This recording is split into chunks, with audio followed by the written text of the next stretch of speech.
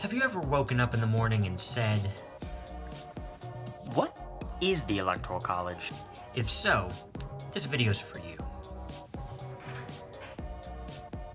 So unless you've been living under a rock for the past 2 years, you've probably heard about something called the 2016 presidential election, which has now ended, and Donald Trump is now our president. And you may be wondering how this happened. In part, it is because of the Electoral College. Now, the Electoral College isn't a place or a thing you can physically touch. Rather, it's a process. And I've broken it down into 6 steps to hopefully help you to understand it better and understand how it impacted the 2016 election. The first step is choosing the electors. The electors are the people that are actually going to go and cast their vote for the President of the United States. Each state gets a certain number of electors. There are 538 nationally. The number of electors that each state gets is based off of their number of seats in Congress, which consists of the Senate and the House of Representatives. Since each state has only 2 senators, each state automatically gets 2 electoral votes.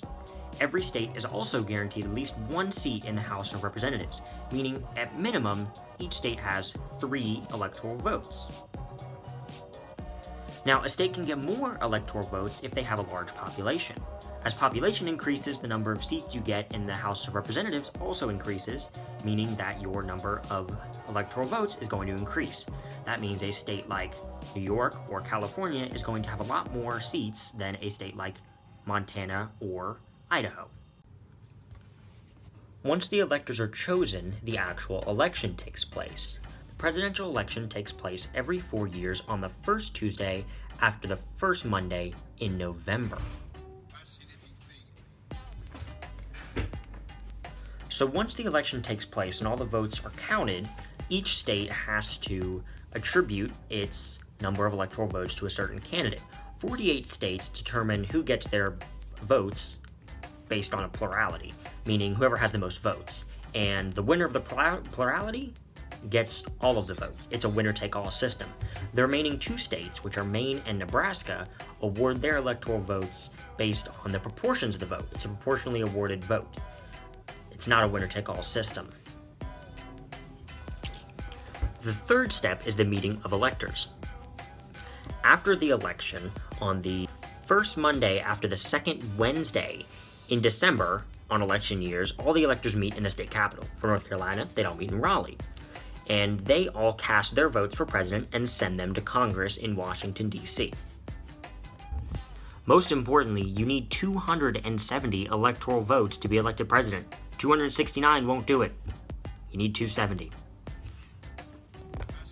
The fourth step is the actual counting of the votes. Once all the votes are in and go to Congress, Congress has a joint session, meaning both the House and the Senate meet on January 6th following the election. On that meeting, they tally up the votes and provide the official count. Step number 5 is the announcement of who the president will be. After the joint session of Congress has met and officially tallied the votes, the vice president comes out and makes the official announcement. The last and most important step is the swearing in. On January 20th, the president-elect and the vice president-elect both take the oath of office and become the president and vice president, respectively.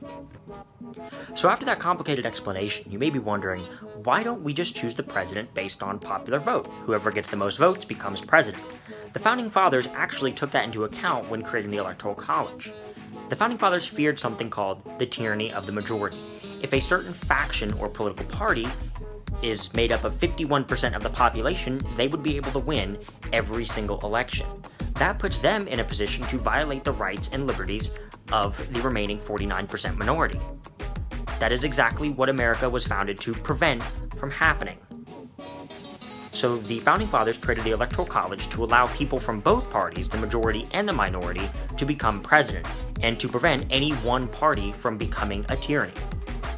And think about it, if the president was chosen by popular vote, wouldn't candidates just spend their time in states with the most population? If all you had to do was just get a bunch of Californians to like you and vote for you, it'd be really easy, but you would then also ignore the other 49 states. It's not fair to them. Typically, whoever wins the Electoral College is also the winner of the popular vote, but that isn't always the case. I've got 4 examples.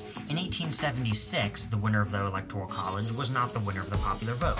The same goes for 1888. In more recent history, in the 2000 election, Bush v. Gore, Bush did not win the popular vote, but did become president. In the 2016 election, Trump did not win the popular vote, but he did win the Electoral College. Clinton had 3 million more votes, but Trump still became president. Some would say that Clinton got 3 million more votes because she was campaigning to win the popular vote, but that she wasn't campaigning to win the Electoral College, whereas Trump was campaigning to win the Electoral College. I'll show you a map of what the Electoral College looked like after the 2016 election.